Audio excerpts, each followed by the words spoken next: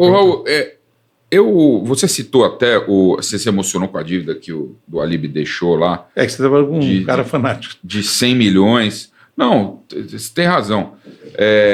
Eu também choraria profundamente, ainda mais na situação que o Corinthians está hoje.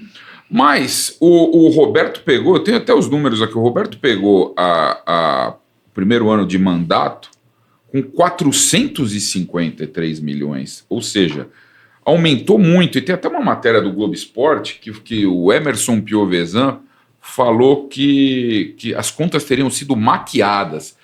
Você deve saber dessa história, né? Que o déficit virou superávit. Enfim, eu queria que você explicasse um pouco isso é fácil.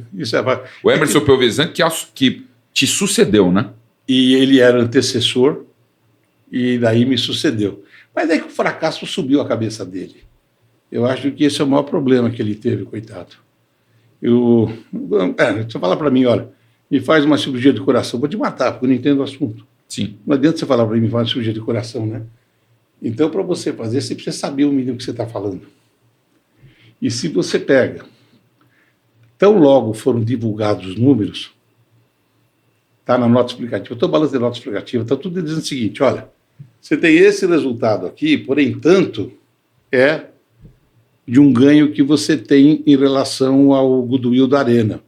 Então, a realidade do clube é de tanto e o goodwill da Arena é de tanto. Está escrito. 1 ano e meio antes ele falar uma bobagem dessa. É que ele não entende, é como eu não posso nem falar que foi má fé dele. Eu posso só falar que ele não entende. Mas não ele saiu recentemente do Corinthians, da parte financeira. Então mantiveram um cidadão que você está falando que não manja. Mas eu não sou presidente. Durante mais de 10 anos. Mas não fui presidente. Opa, o que é isso? Eu não fui presidente. Mas você é conselheiro. Sim, mas ele teve... Não, mas não ficou mais 10 anos. Ele ficou... A gestão do Roberto. Ele ficou... Não da diretoria, mas depois ele ainda ficou... Não, ele é conselheiro vitalício, né? Ele fica até morrer. Porque o sogro dele era importante no clube. O sogro dele foi o Nieto. O Nieto foi um cara importante nos anos...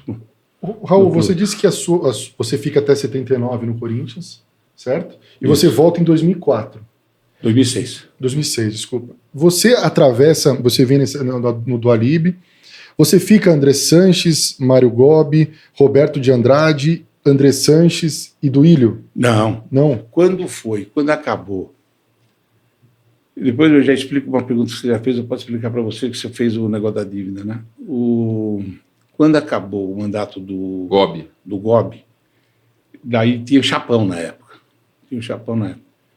E daí, para fazer o Chapão, obviamente, me colocaram no Chapão. Mas eu falei para o Andrés para não me colocar na chapa, porque eu não tinha certeza se eu ia continuar votando com ele. Então, eu não entrei no Chapão. Então, na gestão do Roberto... Votando com ele, que você diz, é votando a favor dele. Não adianta, você tem X vagas de conselheiro. Não adianta eu chegar para você está montando tua chapa, você me convida, você tem que ter certeza que eu vou estar com você. E o que te fez pensar contrário ao André Sanches? Pensar nisso, vamos esquecendo um pouco as pessoas, né? Eu acho que o momento da gestão mesmo. O que te fez pensar contrário à renovação e transparência? Nós fizemos uma mudança de estatuto no primeiro ano. Qual era o objetivo? 3 anos sem reeleição. Em 3 anos você tem que cuidar da sua vida. Você tem que alimentar a sua família, você tem que viajar com a tua mulher, você tem que formar seus filhos. Então, quando a gente mudou o estatuto, tirando a reeleição... Até porque você não ganha salário. Você não ganha salário. Você ficou 3 anos lá, depois de 3 anos, tchau. Porque entra o outro, que essa é a dinâmica. Quando acabou a parte da ideia, né? A ideia estatutária, quando ela foi, era exatamente de que isso não tinha. Daí, em 3 anos, o cara vai cuidar da vida dele. Então, né, ninguém imaginava que eu ia querer voltar depois, né? E depois, agora, só que o Corinthians é uma cachaça, né? O Corinthians, o Flamengo, São Paulo, Palmeiras, quer dizer, o cara tá lá, você tem todo esse negócio do poder vicia. Porque não é que o pessoal gosta muito de falar de não, que tem não sei o que mexeu, esquece isso aí. Vamos começar que todo mundo que faz alguma coisa, o cara é fanático, né? Mas tem o poder, você tem uma dificuldade. Imagina, ao mesmo tempo que você tem que segurar, tem que controlar o caixa, Você quer título, porque a torcida quer título. Então você tem essa dinâmica.